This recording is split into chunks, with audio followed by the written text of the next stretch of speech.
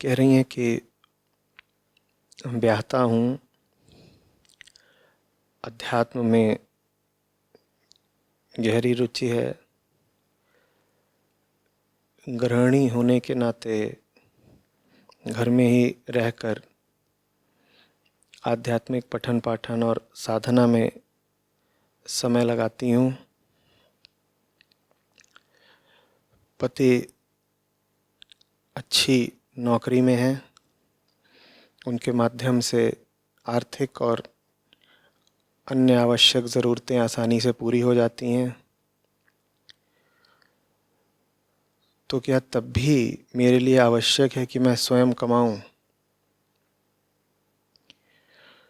पूछ रही हैं कि आप बहुत ज़ोर देते हैं कि स्त्रियों को आर्थिक रूप से स्वावलंबी होना चाहिए, लेकिन अगर कोई स्त्री मेरी जैसी सुविधापूर्ण स्थिति में हो तो भी क्या उसके लिए स्वयं कमाना, आर्थिक स्वावलंबन आवश्यक है?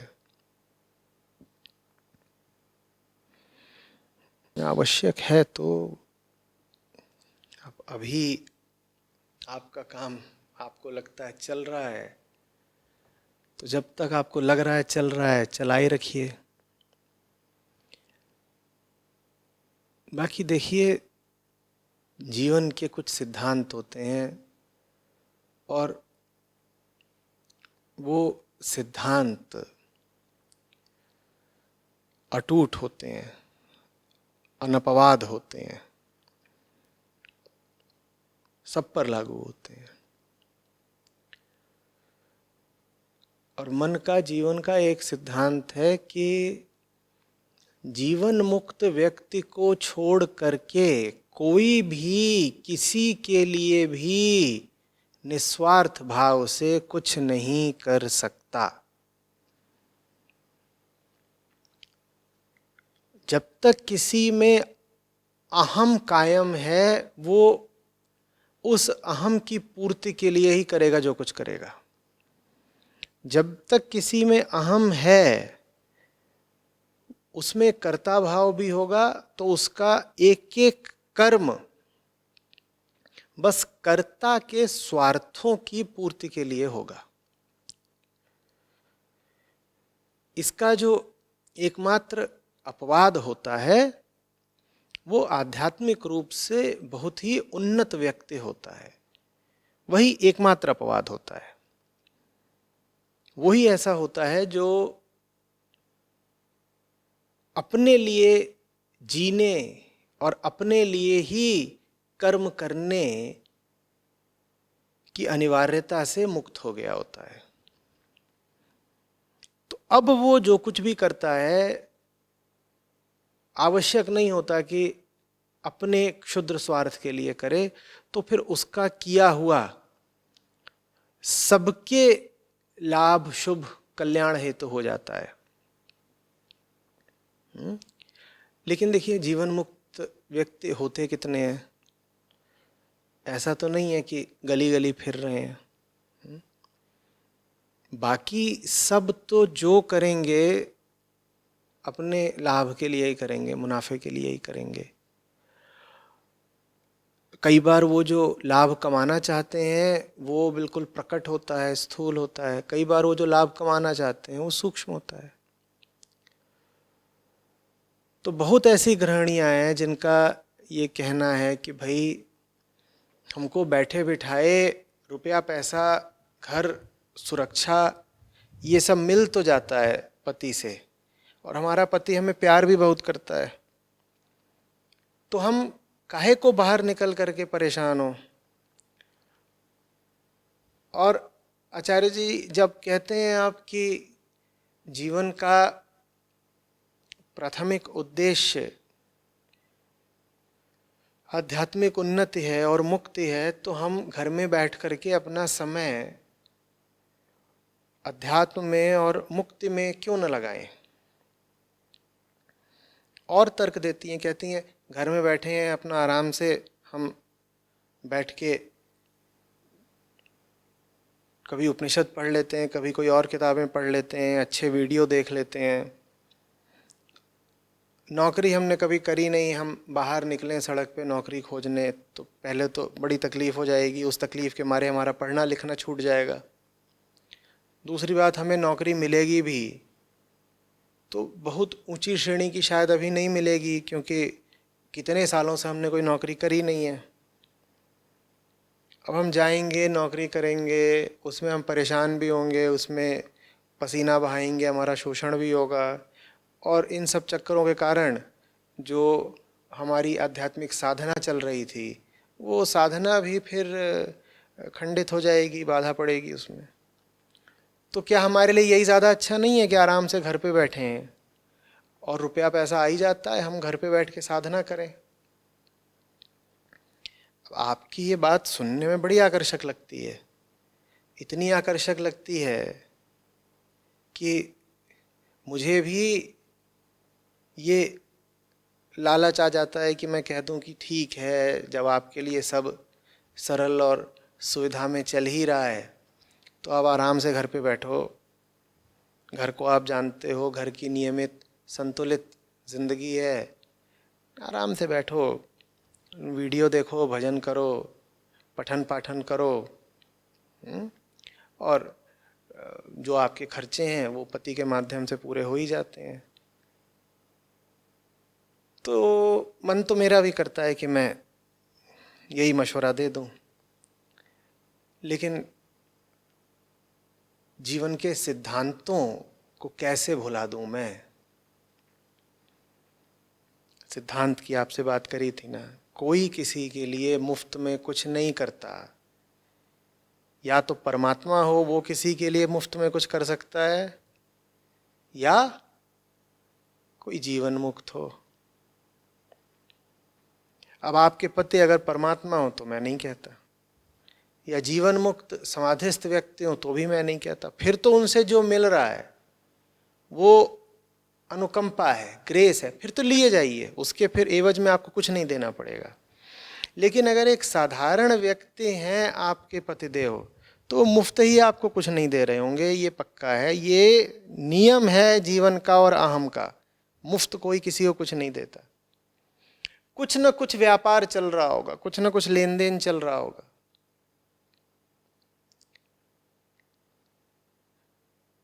लेन देन में जो फंसा वो मुक्त कहाँ से हो जाएगा?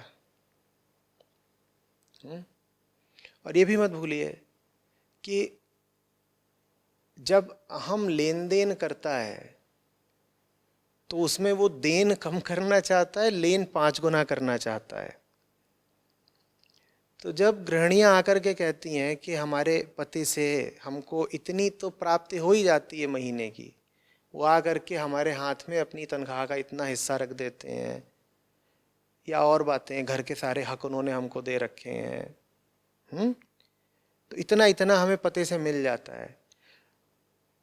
तो इस प्रसंग में वो ये बताना बिल्कुल छुपा जाती हैं कि ये सब जो तुम्हें मिल जाता है इसके बदले में तुम्हें देना क्या पड़ता है? मुफ्त तो नहीं मिलता होगा।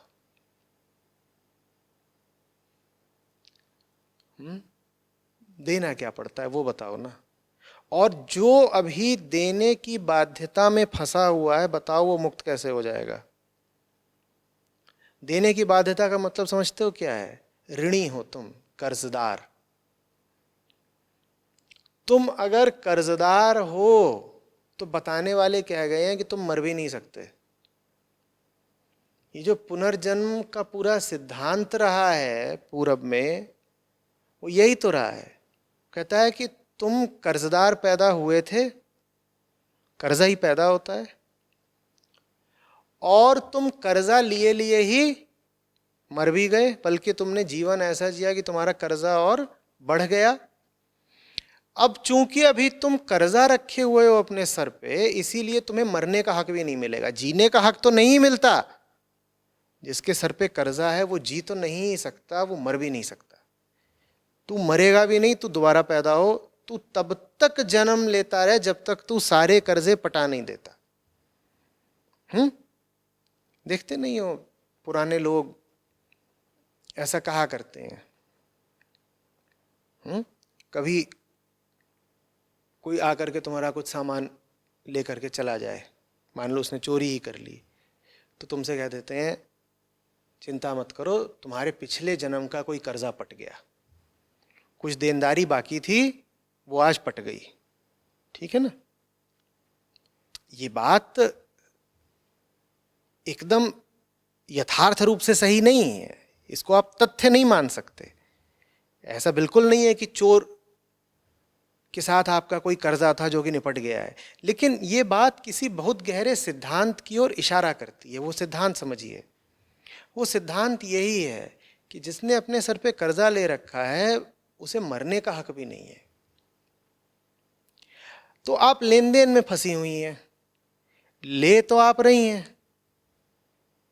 देने की बाध्यता आपकी लगातार बन रही होगी, बन रही है ना, और लेना आपको आखिरी सांस तक पड़ेगा, क्योंकि अपनी शारीरिक मांगों के लिए ही आप किसी दूसरे पर आश्रित हो गई हैं। भोजन ही आपका किसी दूसरे के श्रम से आ रहा है, तो आप निरंतर किसी दूसरे से लिए जा रही हैं। जब दूसरे से लिए जा रहे हो तो कर्जा कौन पटाएगा?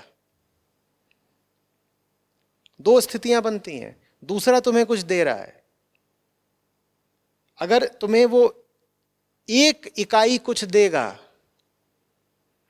तो जीवन का सिद्धांत है कि तुमसे बदले में कितना चाहेगा? 5 इकाई। अगर तुम ये कर रहे हो कि वो तुम उससे 1 इकाई लेते हो और 5 इकाई देते हो, तो अपना शोषण करवा रहे हो। जो अपनी मर्जी से अपना शोषण करवा रहा है उसे मुक्ति कैसे मिलेगी? मुक्ति का तो मतलब ही होता है कि अब हमें शोषण करवाना स्वीकार नहीं रहा, हमें शोषण से मुक्ति चाहिए। और दूसरी स्थिति ये हो सकती है कि तुम उससे ले तो रहे हो पर अभी तुम उसको वापस नहीं दे रहे। अगर वापस नहीं दे रहे तुम क्या बने जा रहे हो? ऋणी बने जा रहे हो। जो ऋणी है उसे भी मुक्ति नहीं मिलेगी। जो दूसरे पर आश्रित है अपने रुपए पैसे के लिए, अपने शारीरिक भरण पोषण के लिए, उसे कहां से कोई आध्यात्मिक मुक्ति मिल जाएगी? तो ये तर्क बड़ा मीठा लगता है कि हम मियाँ बीवी में बड़ा प्यार है, मियाँ कमाते हैं और उनको भोजन कराती हूँ, मैं खुद भजन करती हूँ। ये लेकिन बात चलेगी नहीं। ये सुनने में मीठी लगती है, ज़मीनी तौर पर इसमें कोई दम नहीं है। मुझे मालूम है इसका जो विकल्प है वो थोड़ा टेढ़ा है और उस विकल्प में श्रम शामिल है, असुविधा शामिल है, सड़क की थोड़ी धूल फांकनी पड़ेगी, अपरिचित दफ्तरों में जाकर नौकरी का आवेदन देना पड़ेगा, थोड़ी असहजता झेलनी पड़ेगी, हो सकता है कहीं कहीं अपमान झेलना पड़ जाए। तो ये मालूम है कि घर की अपनी सुंदर नियमित व्यवस्था चल रही थी, घर की हम रानी थे, घर की हम महारानी थे, और अब यहाँ बाहर निकल करके किसी छोटे से दफ्तर में कोई छोटी सी नौकरी कर रहे हैं, बड़ा अपमान लगता है। ये सब मुझे मालूम है कि बुरा लगता है, लेकिन फिर भी मैं कह रहा हूँ घर की आप महारानी बनी बैठी हैं और आर्थिक दृष्टि से आप पर निर्भर हैं। उससे कहीं अच्छा है कि कम कमाइए पर इतना तो कमाई लीजिए कि कम से कम अपने निजी व्यक्तिगत खर्चों के लिए किसी के आगे हाथ ना फैलाना पड़े। और ये सब तर्क मत दीजिएगा कि मैं किसी के आगे हाथ नहीं फैला रही, वो कोई गैर थोड़े ही हैं, वो कोई पराये थोड़े ही हैं, वो तो मेरे वो हैं, तो उन्हीं से तो ले रही हूँ। अध्यात्म की अगर आप बात कर रही हैं तो अध्यात्म में तो देखिए सच के अलावा सब पराये ही होते हैं। पति हो कि पिता हो कि बेटा हो, अपना कौन होना है? उड़ जाएगा हंस अकेला। तो यहाँ सब पराये ही हैं।